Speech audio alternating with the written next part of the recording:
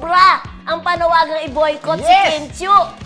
Dahil sa controversial niyang Deserve spill sa It's Showtime. Yes. Sa kabila ng issue, mas dumagsapa ang fans sa kanyang mall show sa Cebu para sa promo ng pelikulang My Love Will Make You Disappear kasama si Paolo Avellino. Ayon sa source, sobrang kabado raw si Kim bago ang event. Pero laking gulat niya nang mapuno ng mga taga-suporta ang venue, kaya naman hindi na niya napigilang maging emosyonal. Say naman ni Paolo, naaalala raw ni Kim sa Cebu nagsimula ang kanyang showbiz journey. Kaya daman-daman nito ang pagmamahal ng fans. Doon kasi siya nag-audition for PBB. Yeah. At eto na, kinilig ang audience sa biro ng aktor kay Kim kasi habang siya, umiiyak siya. Sabi ni Paolo, huwag ka nang umiyak, kiss na lang kita. Yes. Sabay ngayon ang mga tao na Sigawan. nagsigawan. Imagine nyo po 3 mall show sa Cebu, punong-puno lahat. Iba pa yung Coronadal tsaka yung Jen Santos, di ba? Pero di ba ang nakakatuwa, parang sa kabila ng mga pinupukol sa kanyang intriga, yung pagsasabi niya na deserve, yung sinabay yung parang pagkakahuli doon kay ating presidente. Pero, di ba, wala naman siya, hindi naman yun ang ibig niyang sabihin. Para lang po yun doon sa press back ng mga kontesta sa tawag ng tanghalan. Yes. Pero nga po, binigyan ng ibang kahulugan. Kaya po, overwhelming ang pakiramdam niya na parang hindi naman naka-apekto yung mga paninira sa kanya, pambabas. Dahil nga, ang daming tao. Kaya parang tears of joy talaga yung nangyari kay Kim Chiu na parang andyan pa rin yung mga sumusuporta sa akin. Pinapakita nila yung pagmamahal nila sa akin. Kaya sobrang thankful siya. Talagang umiyak siya ng buong ningning. Dahil nga, from baba hanggang taas, talagang ang dami tao yung mga Kim po, mga parin nandun talagang all out ang support na pinapakita. Siguro, mas lalo nilang kasi pinapakita sa intriga kay Kim, di ba? Nakakatakot kasi yung social media kasi may mga,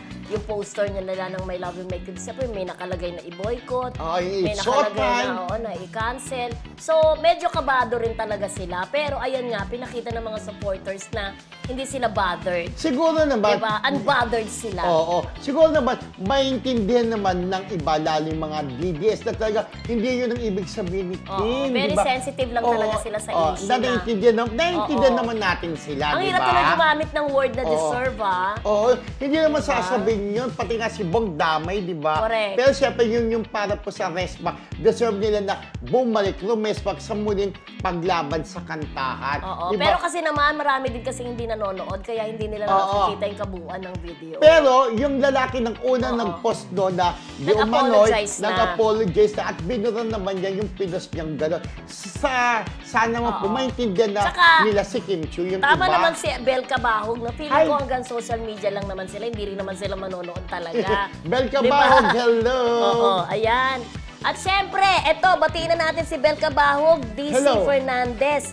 Malapit na yung ating, di ba, yung public screening sa March 26. March 26. Mami Amores, hello! Mamaya po, magla-live selling kami ni Kuya Romel, 8 p.m. I-follow niyo po kami sa aming account, Mildred Amistad Bacol. Romel Placente po ang aking FB account para friends po tayo, ha? Pero sa Mildred Amistad Bacol account tayo magla-live mamaya, ha? Crystal, hello, Crystal! Hello. For the views daw, di nila alam i-report sila. Deserve din nila ang, ma-report. Oo nga, deserve din nila ang ma-report, no? Marcelita from UK, marami pa rin talagang totoong nagmamahal kay Kim. Yung mga bashers, malamang hindi rin sila makatatay digong, baka most of them are fans from other fandom. Pwede naman. Hindi naman DDS talaga yung iba. Kasi in fairness naman, marami rin ako mga nakita mga supporters ng DDS na nagtatanggol naman sa kanya. Ako yung may nakaka-chat din ako mga DDS na naiintindihan nila si Kim Chiu. Hindi naman lahat pwedeng iba nga, gawa-gawa lang nila, mga trolls. Nagkahanap sila ng pagkakataong i-bash. Pero kasi nakikita ko, kung ganyan response sa mga tao sa Kim Pao, naniniwala ako na yung response din once na ipalabas na po sa March 26, ang My Love Will Make You Disappear. Ganyan din magiging response sa mga tao. So, ayun po, abangan nyo po. March 26 na po ang aming vlog screening na ito po yung inano ni Ate Carmen at saka ni Janet sa pakikipagtulungan po namin ni Mildred, Rodel at Roldan. Abangan niyo Rosan. po, March 26, Yes. diba? Rosan Tahudia na kasi meron tayo from Colombo, Sri Lanka. Wow, Columbus, Sri Lanka. Si Nakakatuwa, Columbus. Ayan si Magellan, di ba? Si Columbus.